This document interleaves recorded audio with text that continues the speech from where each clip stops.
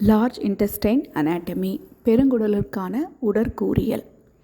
பெருங்குடலின் அமைவிடம், அதாவது பெருங்குடல் என்பது ஜீரண மண்டலத்தின் கடைசி பகுதி.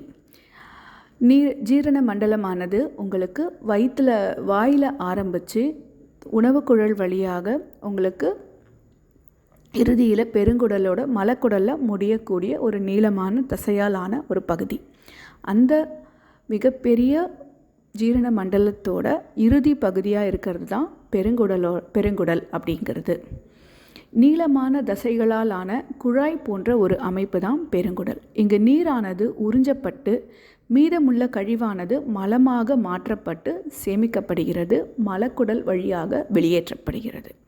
பெருங்குடல் அமைந்திருக்கிறது எங்கன்னு பார்க்கும்போது மனிதர்களோட இடுப்பு சரிவின் வலப்புறத்தில் இடுப்புக்கு கீழே இருந்து தொடங்குகிறது.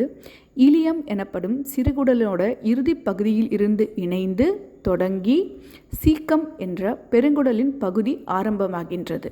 அங்கிருந்து மேலேறு பெருங்குடலாக கல்லீரல் வரை மேலே ஏறுகிறது. பிறகு கிடைமட்டமாக வயிற்றின் வலப்புறத்திலிருந்து இடப்புறமாக கிடைமட்ட பெருங்குடலாக சிறிது குறுக்கி பயணிக்கிறது.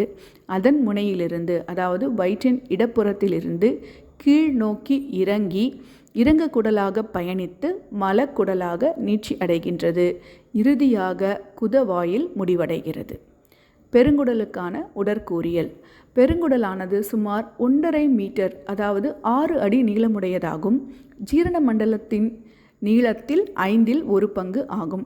இதன் முக்கிய வேலைகள் திடக்கழிவுகள் உடலிலிருந்து வெளியேற்றப்படுவதற்கு முன் அதிலிருந்து நீர் மற்றும் தாது உப்புக்களை பிரித்தெடுத்தல் மற்றும் கழிவுகளை மலமாக மாற்றி மலக்குடலில் சேமித்து வைத்தல், குதவாய் மூலமாக மலத்தினை வெளியேற்றுதல்.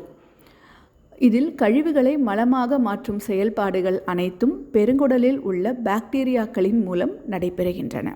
பெருங்குடலானது மேலேறு பெருங்குடல், அதாவது அசெண்டிங் கோலன், கிடைமட்ட பெருங்குடல் டிராவர்ஸ் கோலன், கீழிறங்கு பெருங்குடல் டிசெண்டிங் கோலன், நெலிகுடல் சிக்மாய்டு கோலன், மலக்குடல் ரெக்டம் மற்றும் மலவாய் ஆனஸ் ஆகிய உறுப்புகளை உள்ளடக்கியதாகும். சிறுகுடலுடன் இலியோகாக்கல் சுருக்கு தசை மூலமாக இணைகின்றது.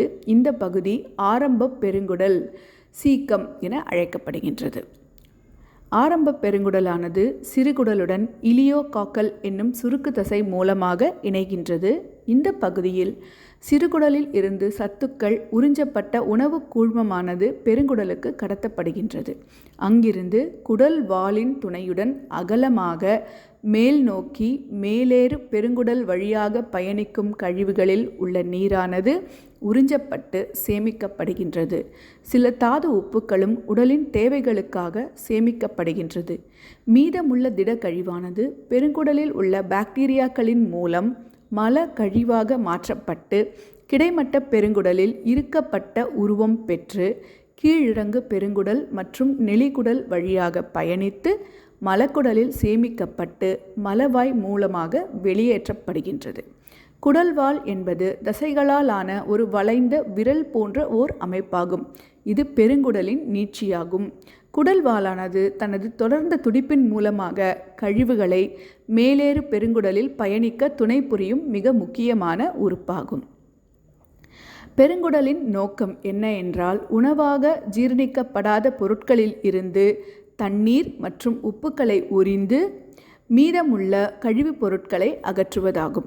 செரிமான சாறு கலந்த உணவு உங்கள் பெருங்குடலை அடையும் நேரத்தில் பெரும்பாலான செரிமானம் மற்றும் உறிஞ்சுதல் ஏற்கனவே நடந்து முடிந்திருக்கும். பெருங்குடலில் 3 முதன்மை செயல்பாடுகள் உள்ளன. முதலாவது நீர் மற்றும் எலக்ட்ரோலைட்டுகளை உறிஞ்சுதல், வைட்டமின்களை உற்பத்தி செய்து உறிஞ்சுதல் மற்றும் மலத்தை வெளியேற்றுவதற்காக மலத்தை உருவாக்குதல் மற்றும் செலுத்துதல். ஜீரணிக்க முடியாத பொருட்கள் பெருங்குடலை அடையும் நேரத்தில் பெரும்பாலான ஊட்டச்சத்துக்கள் மற்றும் 90% வரை தண்ணீர் சிறுகுடலால் உறிஞ்சப்படுகின்றது. ஏறுமுக பெருங்குடலின் பங்கு ஜீரணிக்க முடியாத பொருட்களிலிருந்து மீதமுள்ள நீர் மற்றும் பிற முக்கிய ஊட்டச்சத்துக்களை உறிஞ்சி மலத்தை உருவாக்குவதற்கு திடப்படுத்துவதாகும். இறங்கு பெருங்குடல் மலத்தை சேமிக்கிறது. அது இறுதியில் மலக்குடலில் வெளியேற்றப்படும் சிக்மாய்டு பெருங்குடல், அதாவது பெருங்குடலின் உள்ளே அழுத்தத்தை அதிகரிக்க சுருங்குகிறது. இதனால் மலம் மலக்குடலுக்குள் செல்கிறது. மலக்குடல் மலம் கழிப்பதன் மூலம் வெளியேற்றப்படுவதற்கு காத்திருக்கும் மலத்தை சேகரித்து வைத்திருக்கிறது. பெருங்குடலுக்கான இயக்கம் மோட்டிலிட்டி. பெருங்குடலின் சுவர் பல அடுக்குகளால் ஆனது. பெரிய குடலின் 4 அடுக்குகள் லூமினில் இருந்து வெளிப்புறமாக சளி அடுக்கு, சப்மியூகோசா அடுக்கு, தசை அடுக்கு மற்றும் சிரோசா அடுக்கு ஆகிய 4 அடுக்குகளாக அமைந்திருக்கிறது. தசை அடுக்கு மென்மையான தசையின் 2 அடுக்குகளால் ஆனது. உள்ளடுக்கு, வட்ட அடுக்கு மற்றும் வெளிப்புற நீளமான அடுக்கு. இந்த அடுக்குகள் பெரிய குடலின் இயக்கத்திற்கு பங்களிக்கின்றன. பெருங்குடலில் 2 வகையான இயக்கங்கள் இருக்கின்றது. ஹவுஸ்ட்ரல் செக்மெண்ட்ஸ் இன் த கோலன், சுருக்கம் மற்றும் வெகுஜன இயக்கம். அதாவது ஹாஸ்ட்ரல் கான்ட்ராக்ஷன் என்பது பெருங்குடலில் உள்ள ஒரு வகை சுருக்கமாகும். அது அதன் பிரிக்கப்பட்ட தோற்றத்தை அளிக்கிறது. ஹாஸ்ட்ரல் சுருங்குதல் என்பது என்சைம்களால் செயல்படுத்தப்படுகிறது மற்றும் உணவை மெதுவாக அடுத்த ஹவுஸ்ட்ராவிற்கு நகர்த்த உதவுகிறது. அதாவது நீங்கள் பார்க்கும்போது வளையமாக அதனுடைய உருவம் இருக்கும். தசைகள் விரிந்து சுருங்குவதற்கான ஒரு தோல் பையை நீங்கள் மடித்து வைக்கும்போது எப்படி இருக்குமோ அந்த மாதிரி இருக்கும். அந்த ஒரு மடிப்பிலிருந்து இன்னொரு மடிப்பிற்கான உணவை கடத்துறதுக்காக அந்த சுருங்கி விரிதல் தன்மை தான் ஹாஸ்ட்ரல் கான்ட்ராக்ஷன் அப்படின்னு சொல்லப்படுவது. மேலும் என்சைம் கலவையுடன் தண்ணீரை உறிஞ்சுவதற்கு, அதாவது இந்த கைம் அப்படிங்கக்கூடிய கலவை, கூழ்மமாக்கப்பட்ட உணவு தான் கைம் அப்படின்னு சொல்லுவோம். அந்த கலவையோட தண்ணீர் உறிஞ்சுவதற்கு உதவுகிறது. இந்த 2 இயக்கங்களுமே உங்களுக்கு விரைவாக கைம் அப்படிங்கிற அந்த செரிமானம் செய்யப்பட்ட உணவை அதில் இருக்கிற சத்துக்களை உறிஞ்சின பிறகு மலக்குடலுக்கு மலமாக நகர்த்துறதுக்கு உதவி செய்கின்றன.